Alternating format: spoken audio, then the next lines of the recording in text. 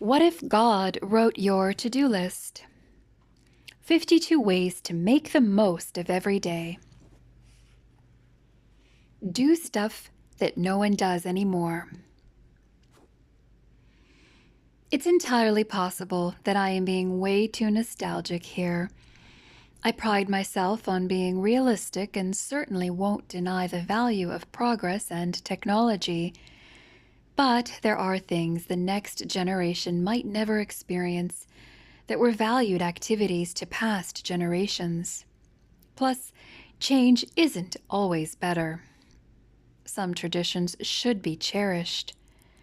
Technology occasionally seems to bypass some of our senses, and staring at screens is not the same thing as experiencing the real world.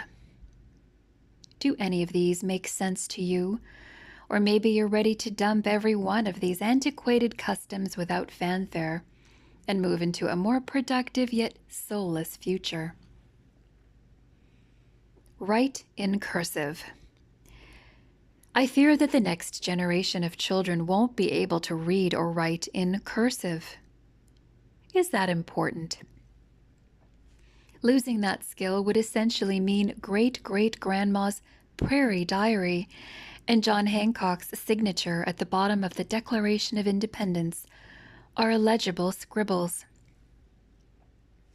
Talk on the phone. I would much rather talk on the phone than text. Emojis will never replace vocal expressiveness. Texts will always be misinterpreted, and brief digital blurbs can never really embody a heart-to-heart conversation. Mail Christmas cards.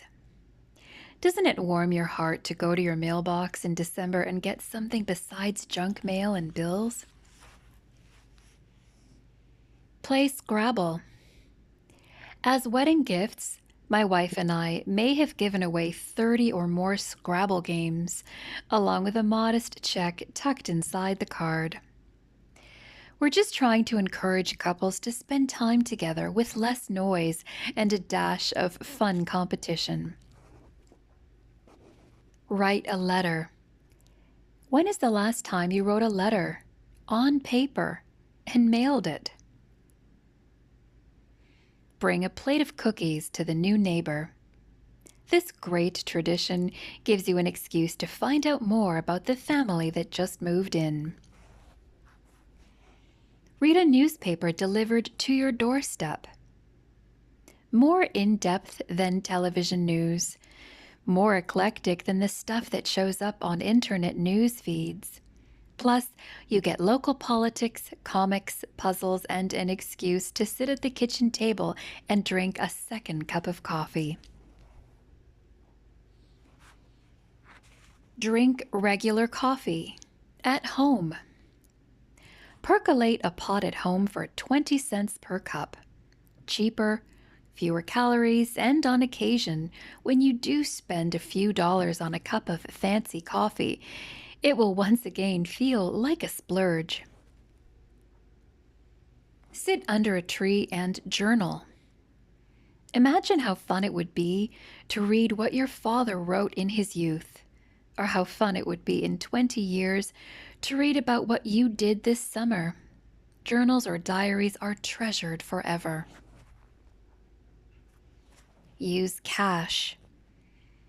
When you slide or insert a plastic card into a kiosk, you're less aware of how much you're spending. Handing over $5 or $6 $20 bills from your wallet to pay for dinner out is a reminder of what dining out really costs. Or maybe you don't want to think about it. Hang laundry outside on a clothesline. You're not going to do this. It's just not practical. But pillowcases and bloomers blowing in the breeze create an iconic image from the last century worth remembering. Can't you just picture a soldier coming home from World War II, surprising his young bride as she hangs the laundry in their side yard? Offer to pray. Sometime in the last decade or so, members of the media stopped saying, Our thoughts and prayers are with you. After hearing of some tragedy or difficulty, an interviewer or even a newscaster would say those gentle words as a way of expressing a caring attitude and inviting the greater community to follow up with prayer. Apparently, two of those 7 words ticked off some atheists. And I guess that's understandable. So now we only hear our thoughts are with you. I think it's probably okay if you and I go ahead and pray anyway, even without that nudge from the media. Watch a movie as a family. In most families, everyone has their own screens, so they can watch what they want when they want it. Movies on TV used to be events that brought families together. Even bringing home a movie from Blockbuster was a big deal. No more. Check a map. It's now common to fly into a city, rent a car, follow routing instructions from a disembodied voice, and never really know where you are. Unfolding a map gives your destination a sense of dimension, direction, and relationship to the rest of the region and state. Ride bikes to a friend's house. Do kids ride bikes anymore? Some families do bike trails, but I rarely see 9-year-olds on bikes. And I live in a city that Family Circle magazine recently named the best city in America to raise a family. Use recipe cards.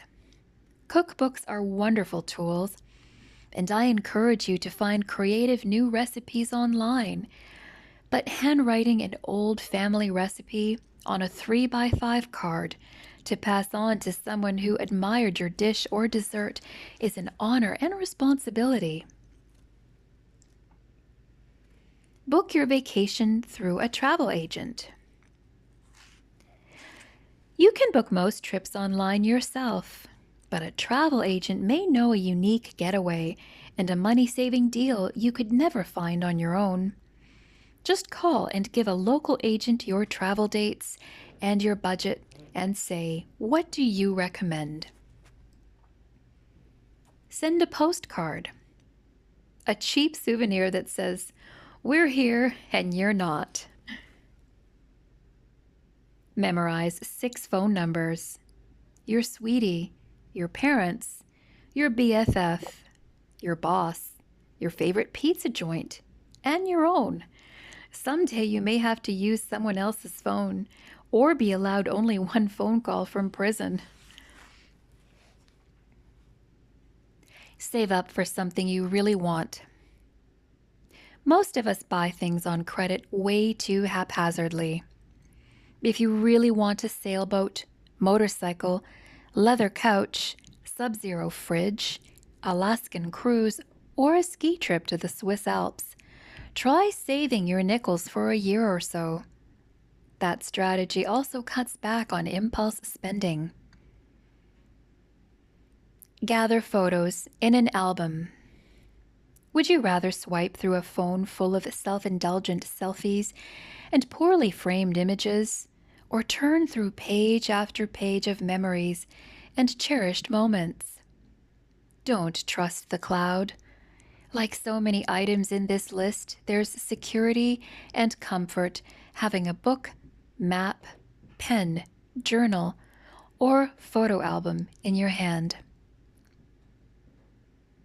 Go to a bookstore. One of the great joys of life is browsing the aisles and seeing what's new, and maybe even buying a real book to take home or give to a friend. I sincerely hope a few of the above activities make it onto your to-do list. As you mull over this list, if any other endangered activities come to mind, especially ones you cherish, track me down and share them at jpayleitner.com. Checking the list. There's no reason to fear the future or curse technology, but let's not change for the sake of change. or abandon things that bring people together and spread a little joy. If it ain't really broke, don't fix it.